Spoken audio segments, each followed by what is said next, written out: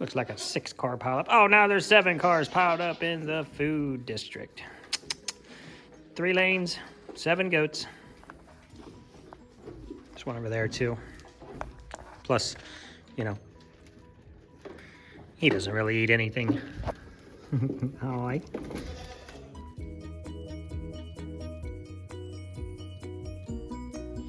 What is up, guys? Welcome back. Okay, we're starting in a weird place right now, but you know, you guys obviously know we worry about Streusel and how long she has with us and her entire situation. Right now, she's just rubbing her butt on the cart because because why not, huh, Mama? You're the queen. You do what you want. Streusel has a very distinct, dry call, and I've known it, you know, we've had Streusel since the beginning. She was one of our first 4 goats, so I know her very well. But when you get into the frame of mind that, you know, I know that we're eventually going to have to put her down, it changes your perspective, and it shouldn't. And I wish I could get back to a place where I just don't want to get to a place where I'm super happy and loving and thinking that she's just gonna like live forever. And I don't know, it's a fear. I don't like it. I don't like living in that area, but I also kind of trying to level set my reality that we are going to have to put her down. So when I come in the morning in the barn and she's screaming like this in her stall, my first inclination is that she is on her last leg. But you're not, are you?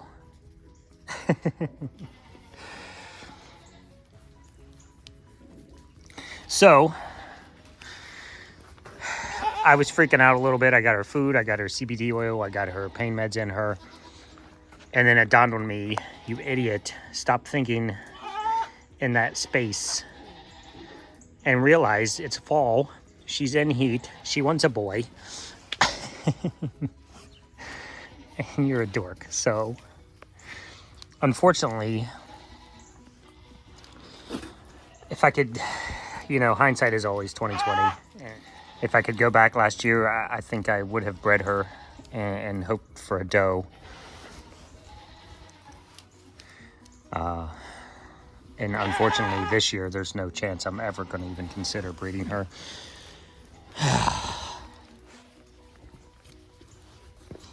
But I know you want a boy. I know, but you can't have one because I can't breed you, baby. I can't put you through that. Can't do it.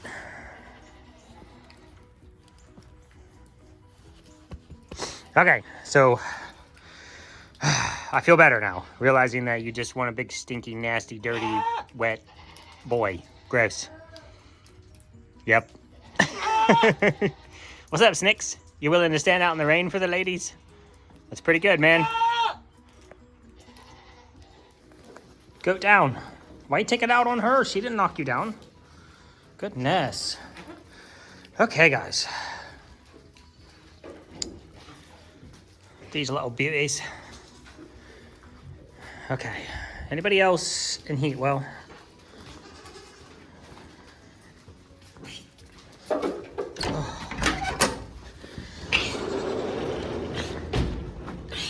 hi, boys. Streusel, you're in the rain. Oy vey. Okay. Where's the other one? There he is. I'm basically just doing checks on everybody today, guys. It's been cold and rainy. Tonight the low is we're gonna drop down to 25. I stay there for a few days, and then we're gonna get back up to close to normal, which is about 60. Man.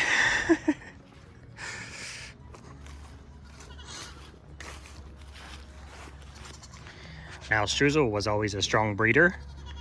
She was the first goat bred every time breeding season rolled around. I don't know if that was because she was a queen or because she had that queen mentality or quite what that was. I'm sure that plays into it a lot. The dominant female gets the boys first, ensures pregnancy, continues dominant bloodlines. Because there's a role there that is safety and protection and guidance, and, you know, just keeping everybody in line. And she, in short, was quite trashy all the time when breeding season rolled around.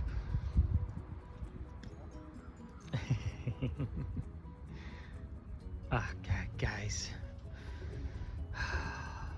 it still just creeps in the back of my mind to just breed her one more time just to carry on, because it really, really, really hurts my soul that that'll be it. We never kept any of her babies, and I don't know if any of them still exist in the world. I don't have any way to track down her babies' owners, because honestly, like, the way we do it, yes, everybody gets my cell phone so we can stay in contact in case there's any problems, in case you want to buy another Streusel baby the next year or whatever. And really, if you're not, I don't bug people. So if you're not really contacting me, I'm not gonna, every now and then I might reach out and ask how everything is going, but that's more of a new thing. And I don't like bugging people. And so if you're not reaching out to me saying, you know, here's some baby pics, or here's some pics of the babies that Streusel's babies had, then I try not to bug people. Hi, Twinkie. But I got stuff to do today. I was making soap last night until 9 p.m. because it's November, December. So everything I'm making now, soap-wise, is going towards that December Etsy restock and some of our very few December craft fairs or vendor fairs. This is the kind of the end of the year. We're not going to do any vendor fairs January, February, March, probably not even in April, unless something comes up that we just can't refuse. So we're going to be doing a little wind down. For me, sadly, given the part of the country that we live in, we have winter. And I don't mean just like it cools down to 70 degrees. Real winter, snow, you know, average temps in the 30s, sleet, freezing rain. Ohio winters are just as bad as Ohio summers. Just, you never know what you're going to get. So, you know what I'm going to have to do to you? You know who you remind me of a lot? You remind me of Sweet Gummy Gumdrop. You know that? Because she was an only little baby. And she got a lot of attention. And she was very much you, essentially. But we did have to cut the Gummy off and kind of push her down when she was jumping up. And you're not Gummy, but you look like her. You are Gummy. Okay, to be fair, Gummy from the top down. Mooney from the top down. Gummy, Mooney, okay? Hi, baby. So, that's kind of where we are in our world this day. It's just, I need to fill the hay feeders. I really, what I was saying before I got distracted, as I do, I will complete all of my big maintenance projects, all of my tasks that I didn't get completed during the summer. Oh, God, guys, it's breaking my freaking heart.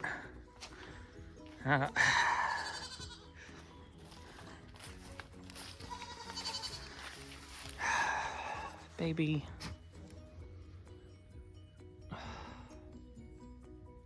Daggone it. You know, last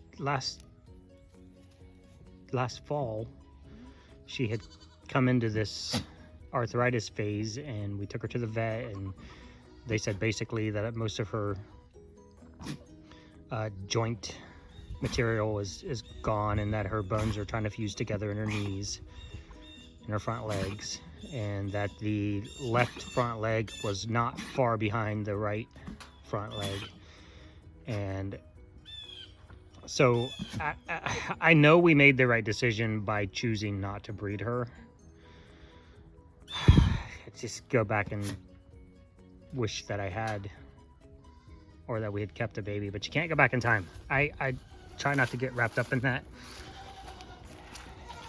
But as I was saying, I have just some big projects that I need to do. What I really want to do is I want to buy a roll of fence, I don't know, a couple times a month, and just start putting up a hard fence for the FYP. Just a very short green fence that kind of blends in with the yard. Can't really see that it's there. And I want to just do a hard fence for the FYP and the creekside pasture, the CSP, because this has all gone to waste now. I can't let them out because they don't stay in here and eat it. They get out, they cross the yard, they go down the driveway, and they eat right down towards the road.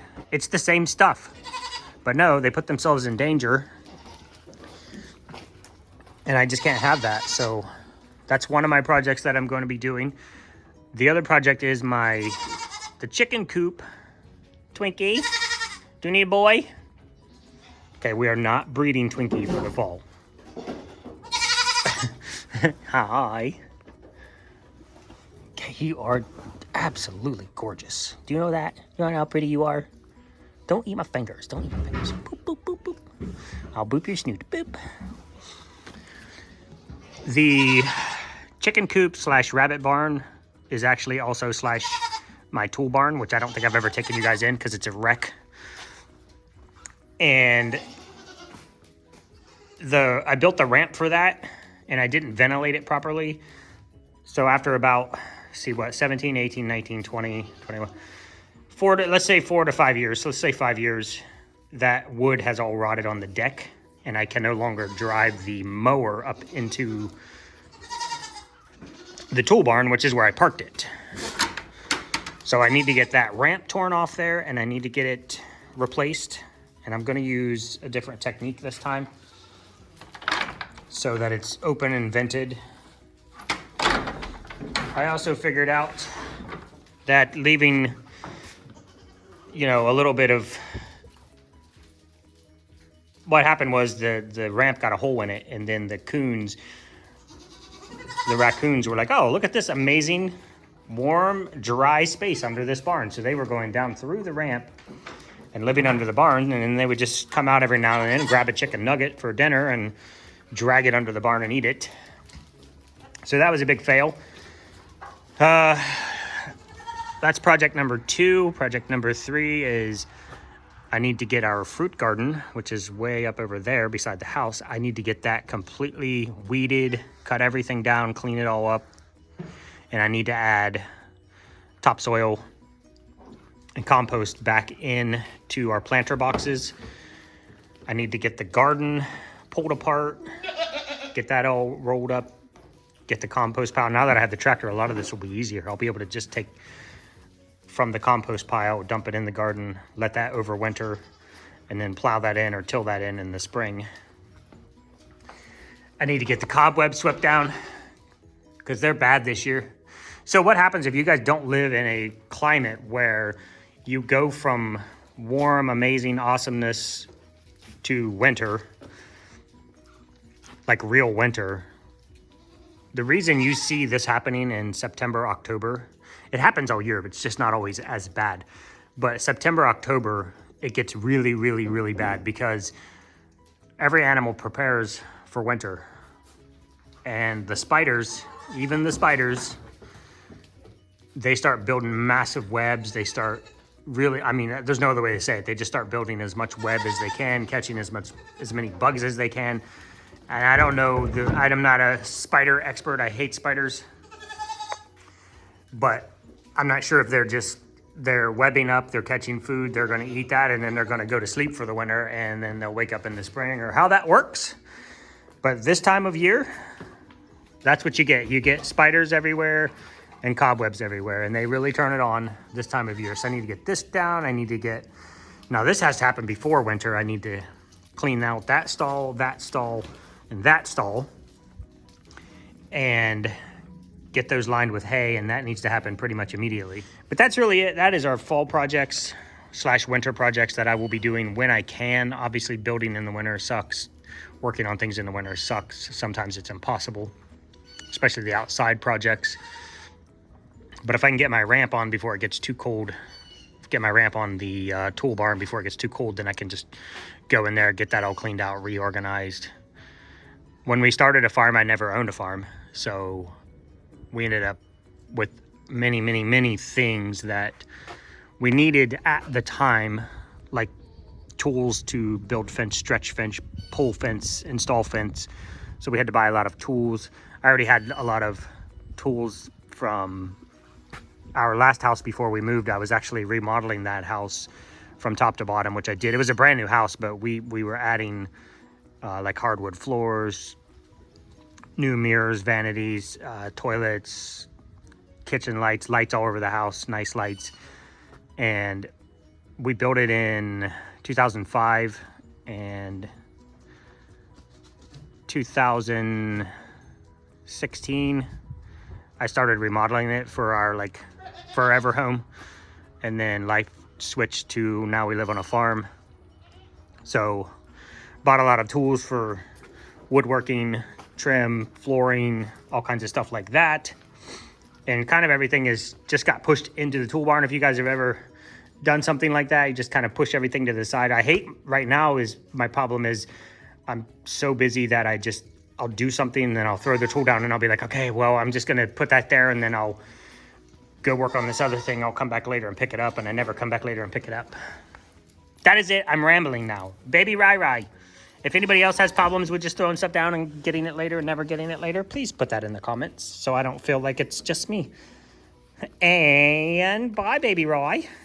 Okay, so I was starting to worry about Twink, and I was thinking maybe she was in heat, but her mom is in with Gingy, and Gingy's our slow eater. And I checked her teeth and everything, guys. She's fine.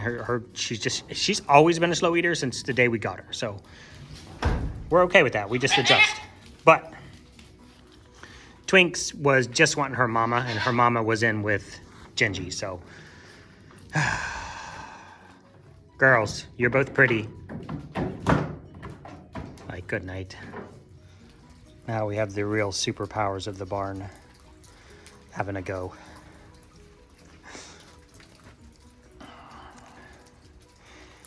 She's tolerating you quite well, young man.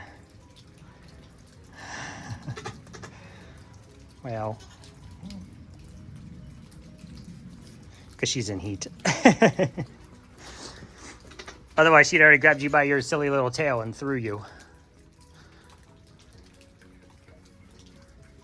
This will most likely end badly for him.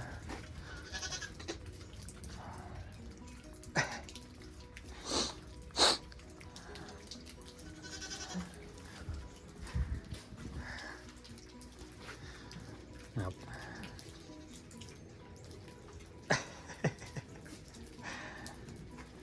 When she starts backing him down, he's in trouble. Just so you know. All right.